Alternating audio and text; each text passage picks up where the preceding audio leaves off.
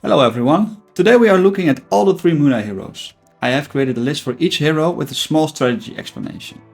If you're looking for a deck to play in the upcoming Tumult Championship and you want to play Muna, one of these decks can be a starter point for you. Teija is a very straightforward to play hero, but that doesn't mean she is weak. Rin will lead her ability to draw multiple cards a turn for more card advantage to push her expeditions, and Arjun will make sure he has something on the board after that sleepover party. Let's look into the lists. So look at Teija first. Teija will give the first character we play each afternoon 1 boost. This is a very easy to use hero ability and will get the counters on your anchor characters to have them be supported for 2 days. So let's look at the list first. We got a Muna caregiver. For a 1 mana it isn't that strong, but she's primary here for the support ability to make sure that our good anchored boosted characters can be re-anchored again in the next turn. So we can have those boosted characters for way longer than expected at first. One of the main things you want to re-anchor is the Spindle Harvesters. With the Teija ability, it will become a 1 mana 2/1/1.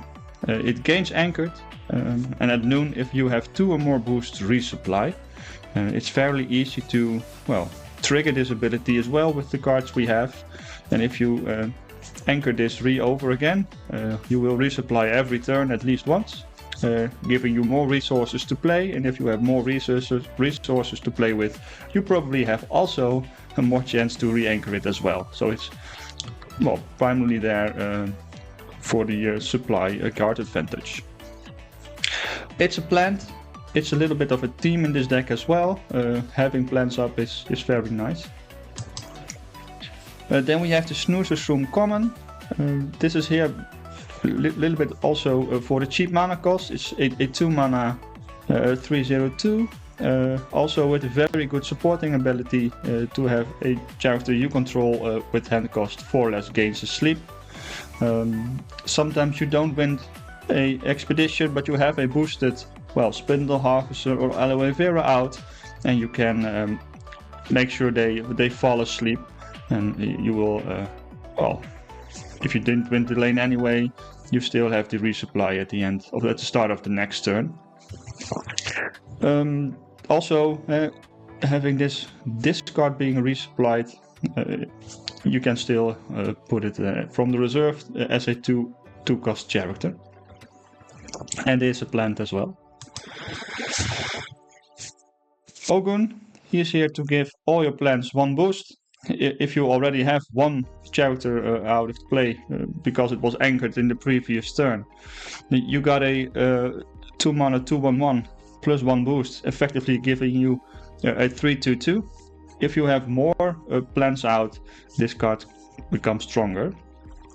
But only if this is the first character you play with Teija, it will be on its own a 3/2/2 with giving another thing a boost. So having boost all around is very good. Specifically if those characters are anchored as well, so you have them be around for the next turn. Lira Thespian, it's very easy to have 2 or more boosted characters. If you have a character with anchor, go to the next day and you play this one first, you will get the boost from Teija, making sure you have 2 boosted characters. And so this one effectively becomes a 2 mana 5/5/5. And it's very much a stat stick. It doesn't have plant, but it doesn't really need it. It's also a very good anchored character. So if you have an anchor from the Muna caregiver or the Muna druid, you can anchor this to have a 5/5/5 or a 4-star character on the field for the next day. We only have 2 copies. I think we can do with 1 more, but I'm not really sure what to cut. So you could cut one of the Sneezer's Rooms, but this works very well with Arjun as well. The Sneasel Shroom will just be a 2 mana, 1-statted Shroom. And if he is around for the next day, he will gain 1 boost at noon. So this will be a 2/2/2 on the next day you play this.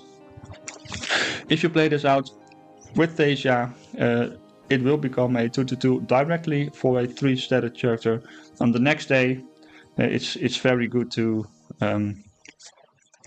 put this out on the field. It's a plant, can be boosted with Arjun.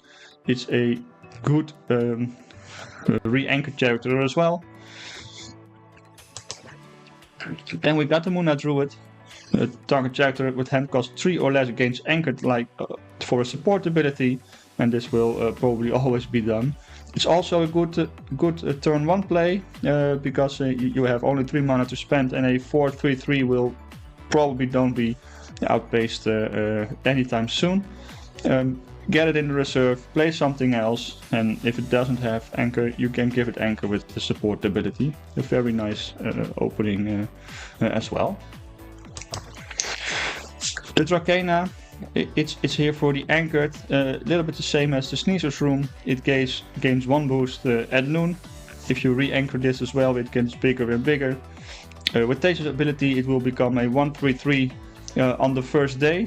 You can give it anchor, give it boost, and it becomes a 2/4/4 on the next day. So you're probably winning at least 1 or 2 lanes as soon as you play this early on.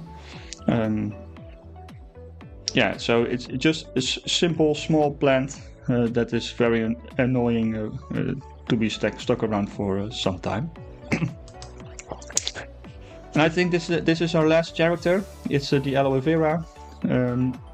At noon you can resupply to make sure that it is there at noon. You can give it anchored, and you can even pay 1 to do it by the card itself. So if you have this one on turn 2, play this, give it anchored, and you probably winning 1 or 2 lanes with this card alone, because it will be a 3/3/5 doing the boost from Teija. If you play Arjun, it can get boosted. This is a very nice card, and I think one of the best cards to have re-anchored as well. Then for our permanents, we are very weak against removal. That's why I have Floral Tent in. It's a 1 mana permanent. You can play it in the Expedition. You can resupply something, hopefully into something you can play with anchor directly, or maybe re-anchor something. If an anchored character would leave my Expedition during the afternoon, it loses anchored instead. So if you have something that gets removed, you only lose anchored instead of the whole character. With all those anchor and re-anchor stuff, this is very handy to protect our characters from leaving the field. If someone does remove one of your anchored characters, it just removes the anchored, so it will be gone at the end of the day, but at least you still have value from that day. Also, it's very cheap. It's only 1 mana, meaning you can play it first to see what your opponent is doing, like a little after you effect. Our second permanent is the Spindle Muna Bastion. Characters you control are tough too, also helping protecting our characters from leaving the field. Then we have some things that trigger at noon, so helping them stay on the field to see that that next day is very important. Also, the bonus effect of the rare is at noon target character you control gains 1 boost, meaning that you can start a day with an extra boost. And if you play this with the Spindle Harvesters, you actually draw that, resupply that card as well. And I will soon show you that in the combo section. Then I got So. It's a 1 mana spell that can give a character 1 boost. It's here to also help the Spindle Harvesters get that resupply out for the next day. It's also a 1 mana spell that triggers a little bit after you effect. If you resupply this, you can even use the support ability for free if you don't have that 1 mana to spend, to make sure that the next character you play this turn gains 1 boost. Also very helpful with those anchored characters as well. If you resupply this, you can remove this as a support ability plus a Teija boost, meaning that you can play a character with 2 extra boosts for free. That sounds real good to me. Then one of our 2 removal spells. The first one is Beauty Sleep. Target character gains a sleep. It can be done and be targeted to your own characters, but also the one on your opponent's side of the field. So if you need to win that expedition to close out the game, you can pay 1 mana and make sure that the target of the opponent is asleep. But also, if you can re-anchor one of your characters, but you want to have it on the next day, you can put them asleep.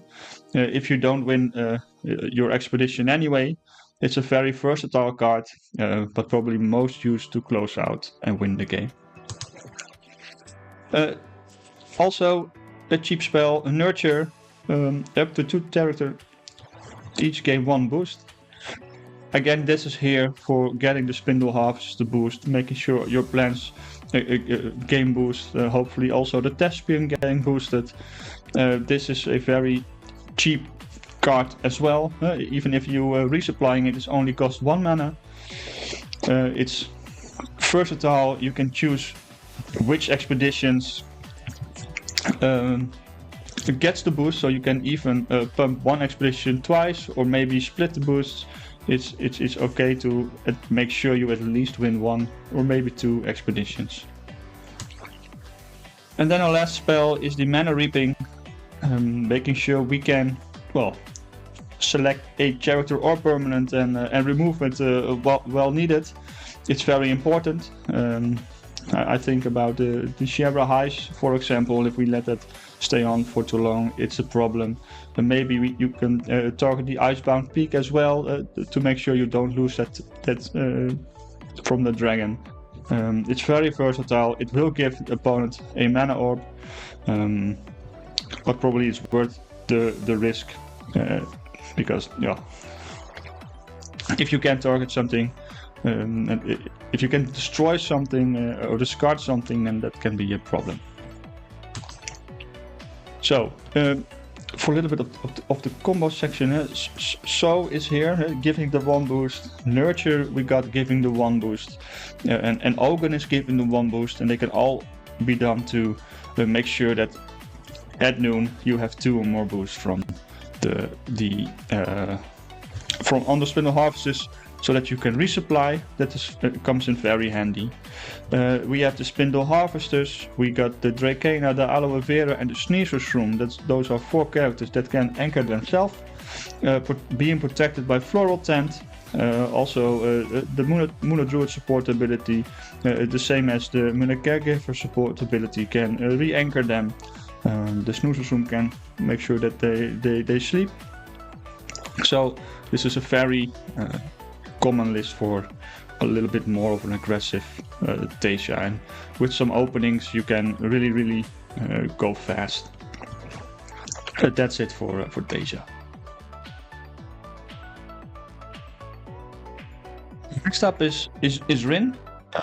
You have 2 ways to play Rin. One without a festival and one without the festival, and I chose the latter without the festival.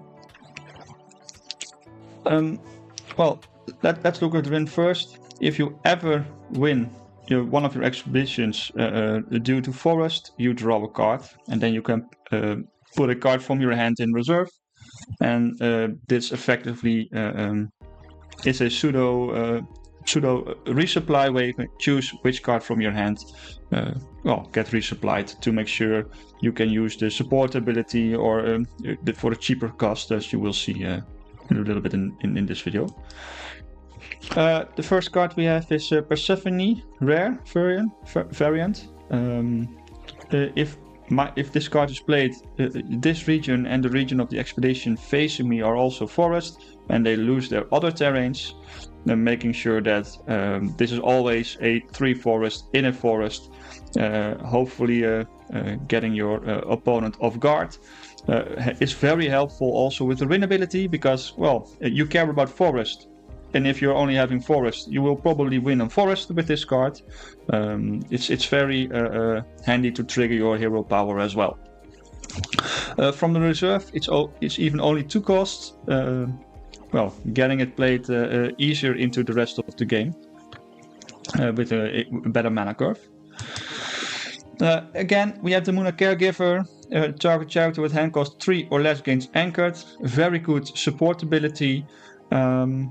You can play this from hand for 1 mana, but normally I will just discard this card as one of the rinse abilities. So if I win at the start from one of my forest regions, I pitch this one into the reserve to give something anchored in the next turn.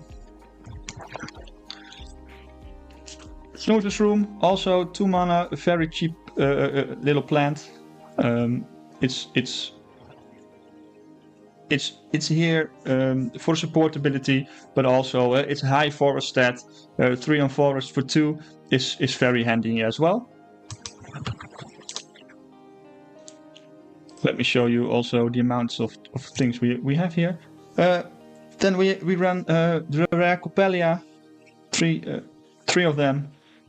Again, with Win's ability, as soon as we win on forest, we can draw a card, we can pitch this to the reserve, and when this card goes from your reserve to your hand, you actually can play it for free on the field. It is then there for the next day, because it will lose its sleep as soon as the day ends. And you start with a free 3/3/0 for the next day. Also, high forest stat. So if you win the Do Forest, you can play this. Maybe with Persephone, you can 2 or 3 mana play it in the same lane here, and you have 6 on forest already in a forest region.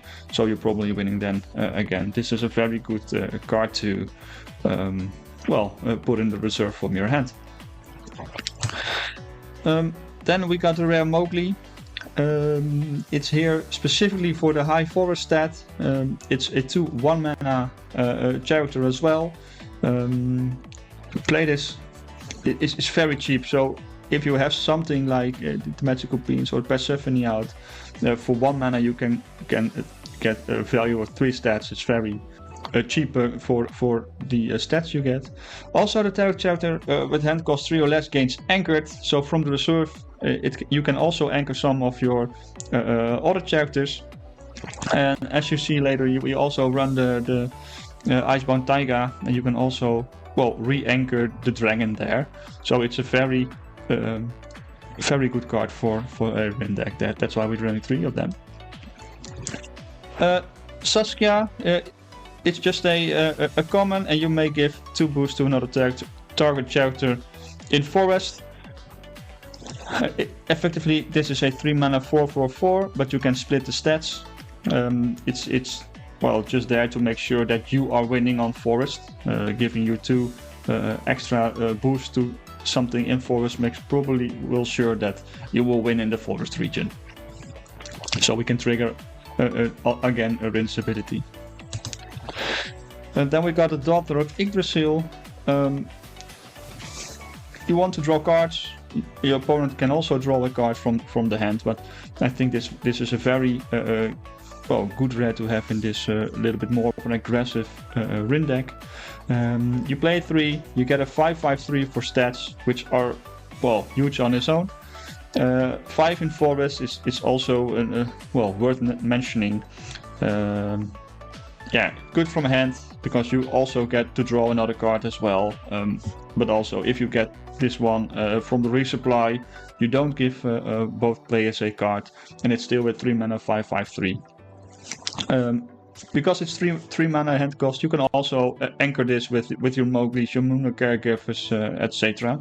So it's a very good target as well, to make sure you're winning that on forest. Muna Druid. A little bit of the same, good forest stat, good support ability, just like the Mowgli, making sure that if you have something with Rin, you can pitch this directly to your reserve and use the support ability in the next day.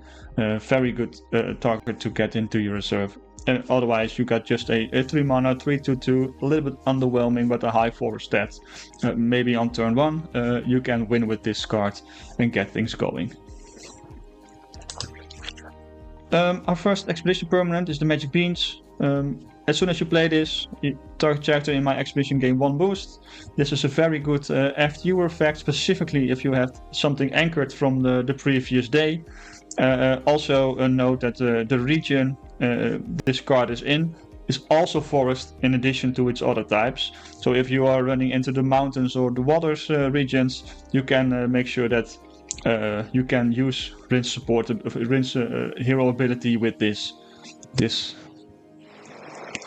card. Floral Tent, it's a little bit the same. Here for Teija, you want to use anchor characters, play this card next to it, and they are a little bit protected from the removal. And the 1 mana resupply is also very good to have. You can get those cards in reserve to anchor these. We have a lot of support abilities we want to use. Maybe you want just to see what your opponent is doing, play this, get something in the reserve, and go from there to see what your best plays would look like. It's very good card. And then our last permanent, it's the landmark Icebound Teija. Whenever you play a character, and if it's in forest, you gain 1 trial counter, and when this card has 3 trial counters, you may have it sacrificed. You must sacrifice it, and if you do, you create a 5-statted illusion Dragon Shade, and it gains anchored. So it will be there for, if it isn't removed, for at least 2 days. A free 5 mana, well, 5-statted token that you can re-anchor with your support abilities as well. It's a very very good card. Beauty Sleep. Sometimes you need to win on forest, or you want to close out the game, and it's here specifically therefore to make sure that you win at the end, because you are very aggressive, you are very sometimes you need to discard cards from your reserve due to the fact that you are activating Rinse ability maybe once or twice a turn. Having something to close out the game is very helpful. Then our last card is the Lost in the Woods. We are running this specifically, not specifically, we are running this to send target characters in forest to reserve. It's very easily triggered with all the Persephones and magical beans that we have, to make sure that if you want to remove something, the opponent is always in forest as well. And as a bonus, you can discard target permanent. This is a very good card. If it wasn't in a Rin deck and we didn't have all those creating forest regions, then I would probably run Mana Reaping, but in this kind of deck I think Lost in the Woods is a little bit better, because you don't give your opponent a mana orb. So for this deck I normally try to be really aggressive, using the Persephone and Magical Beans to win on forest, with all high forest stats, getting the Muna Caregiver because of the anchored ability, sometimes also the Mowgli with the anchored ability, and the Muna Druid to re-anchor all the things. As said, we can anchor the Dragon Shade token from the Icebound Teija. That's very good, and Saskia is there to, if we are in forest, to boost it, so that we can probably win more on the forest stat. And I think it's a very aggressive list, where you can probably have a lot of fun giving your opponent the scare in the forest. That's it for Rin. Oh. The third hero in Muna is Arjun. Let's quickly see what he does. You may tap this hero and discard a card from reserve, and if you do, the next character you play this turn with hand cost 3 or less gains anchored. So we want to try in this deck to have well, good characters that we can have anchored with this ability, and to make sure that if they're anchored on the next day, have some kind of bonus. The first character we do this with is Quetzalcoatl. It's just a 3-mana 3/3/3, but when the opponent draws 1 or more cards or does resupply, we can create an orders token in target expedition. This card, if you get anchored this card, it will mean that at noon, just before the next day, if you anchor this card, it means that as soon as the opponent starts a new day and draw 2 cards, you can actually create an orders token. If you were playing against Fen and they also resupplying due to the fact of their ability, you can even create 2 tokens. If you are playing like other Munas, like the Teija we just saw, you can actually, if they are resupplying every day, do the Aloe Veras or maybe do the Spindle Harvester, create 1-2 extra tokens as well. This is just a solid card that can, well, give you value at the start of the next turn and win from there, maybe both expeditions more easily. Una Caregiver, we want to play a lot of cards with 3 cost or less. That's why the support ability here is also very handy. We also need sometimes a little bit, well, lower curve cards than only 3 cost, because otherwise the deck is playing not that well. It's a one mana after your effect. Hopefully you can place your second card you play that turn on the expedition where it can have the most impact with the Arjun ability as well. Just a simple card. Jack Frost, you may exhaust target card in reserve as a hand ability. With Arjun, we like to discard from reserve to get an anchor effect. So Jack Frost, a common with only a hand effect, is very good for this reason. It's just a 2-mana 2/1/2. You can make sure that your opponent is maybe overextending the reserve that turn. So it's a light sabotage. I play this, I exhaust something, this card gets in the reserve, and it gets pitched back for the Arjun ability to make sure that I can play a anchored character in the next turn. A very good card as well. We need some cards that aren't 3 cost. Jack Frost is also helping there. Esmeralda, a little bit the same as Jack Frost. It's a 2-mana card with a hand ability. You can even have that resupply to get your card advantage there. You want to have cards in reserve for Arjun's ability, and with Esmeralda doing just that, you can easily get your anchor change going.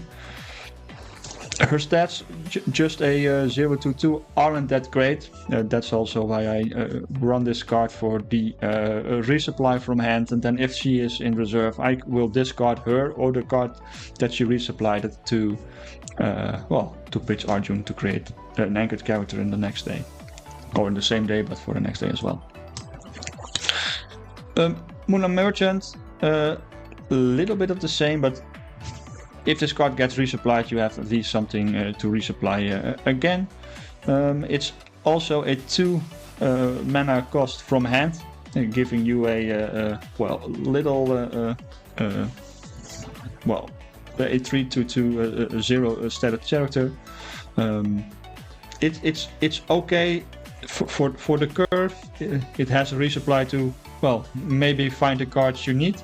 Yeah, I think this is a very good common for this kind of deck. Then we have one of the cards that we actually want to anchor. The Inari is a 3-mana 3/1/3 from hand and a 2-mana from reserve. And at noon you draw a card. So this is one of the biggest cards we want to anchor on the field. It's just well, good stats in the forest and water regions, and as soon as well, the next day starts, you will draw an extra card, so you have that mana that card advantage going on from that point.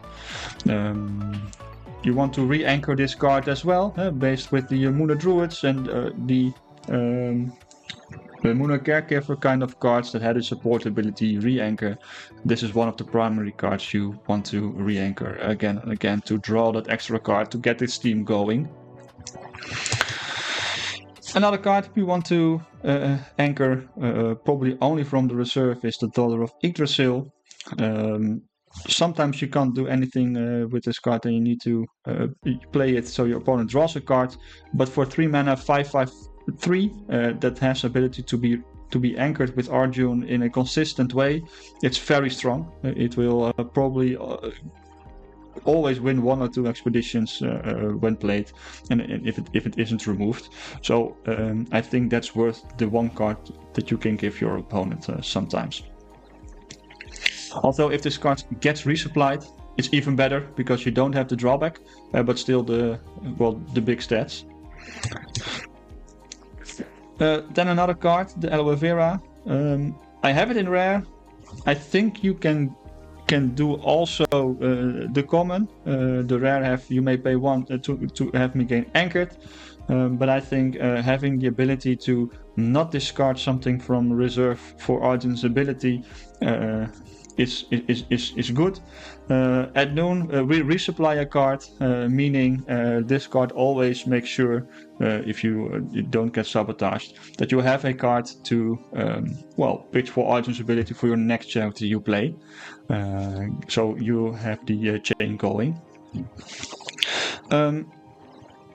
You don't have to pay the 1 mana. You could use a free Arjun ability with just discarding a card, but I have it here to have the option to have that 1 mana being paid, to have this anchored.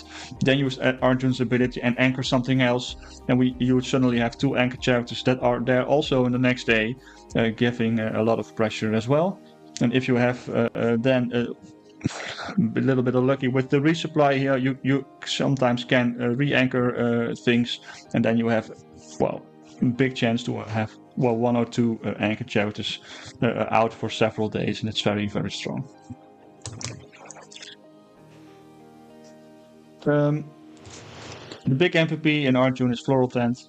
The resupply gives you a card for Arjun's ability to trigger, and if you play the next character with Arjun's ability and the resupplied card here next to the Floral Tent, it also have a little bit of a protection from leaving the field. Putting things like your Inari next to it, hoping that your opponent doesn't remove it or remove the anchored from it to draw you a card next turn is very strong. And I think this is very easy, the first common you add to this deck. Then the rare harvest, 2 mana from hand and reserve to resupply and then resupply again. This way you have a lot of resources to be used with Arjun. Note, if you play this from hands, you are resupplying twice, and this is also going into the reserve, so you have 3 cards to pick from to make sure that you can pitch something for Arjun's ability.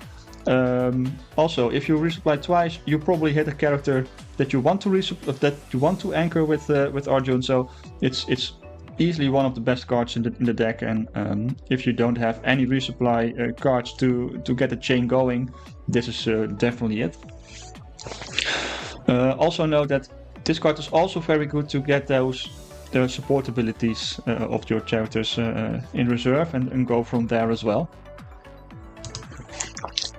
Beauty Sleep, a little bit the same of Rin and Teija. It can make sure that you can win expeditions. It makes sure that you sometimes let your characters be asleep, like an Inari, and draw you another card on the next day for just 1 mana.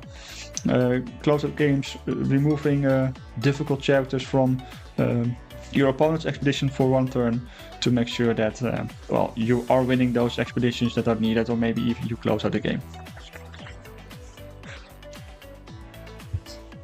Meditation training. As said, we want to re-anchor sometimes as well, because our characters are very heavily relying on being there on the field. The meditation training can re-anchor 2 characters at once. So if you have the yellow Vera blades and next to something with Arjun, you play meditation training first on one of the 2 characters, then you can play meditation training on the other one, or pitch this one for the free Arjun ability to anchor something, making sure this card always target 2 characters to be anchored again, so you have a lot of value on the field. Lost in the Woods. It's here primarily for the discard target permanent. We have some trouble with some permanents, but occasionally you can send a character that is in forest to reserve as well, because that condition is sometimes a little unpredictable, and sometimes if the opponent isn't playing the characters in forest, and it's hard to remove them and to win the lanes, and that's why we have mana reaping for those occasions. It's again very flexible. It can target character or a permanent, and it be put in the opponent's mana zone. We got a 2-2 split with these things, because I think the Lost in the Woods has not a negative downside giving your opponent a mana, but it has a problem with that forest to reserve rule. So that's it for this deck. We have a little bit lower curve than my previous deck guide I had. You have some more options with Esmeralda, with the Moon Emergence to get things going. We have still the floral tents that are there. We have some different removing spells. I think Harvest we pumped up to 3. Those are really good cards you want to see. So for the cards you want to anchor are the Quetzalcoatl, because of its ability specifically against Fen. Inari, it's primary target to anchor, as well as the Daughter of Yggdrasil and also the Aloe Vera. Those are the things you want to have anchored as long as possible. And to do this, we have the Muna Caregiver, who can re-anchor something. The meditation training that you can re-anchor some things with again. It's I think it's a very smooth deck as well. So, this concludes my 3 deck lists. Are you running Muna in the Tumult Championship? Let me know in the comments. If you like these kind of videos, help the channel out with a like or subscribe. I think Muna will be presented a lot in tournament play, as it's currently really good, and Teija is an all-time favorite of a lot of players and will probably be seen the most. But I also know very dedicated Rin players that will surely bring her with or without the festival. Arjun is currently not that hot in the meta and might not be brought a lot compared to the other heroes, but we will see in the data Equinox will probably share at the end. Will Muna be one of the factions that will get the Kurao Kami? Thanks for watching. I am the Bravos Header and I hope to see you soon in my next video.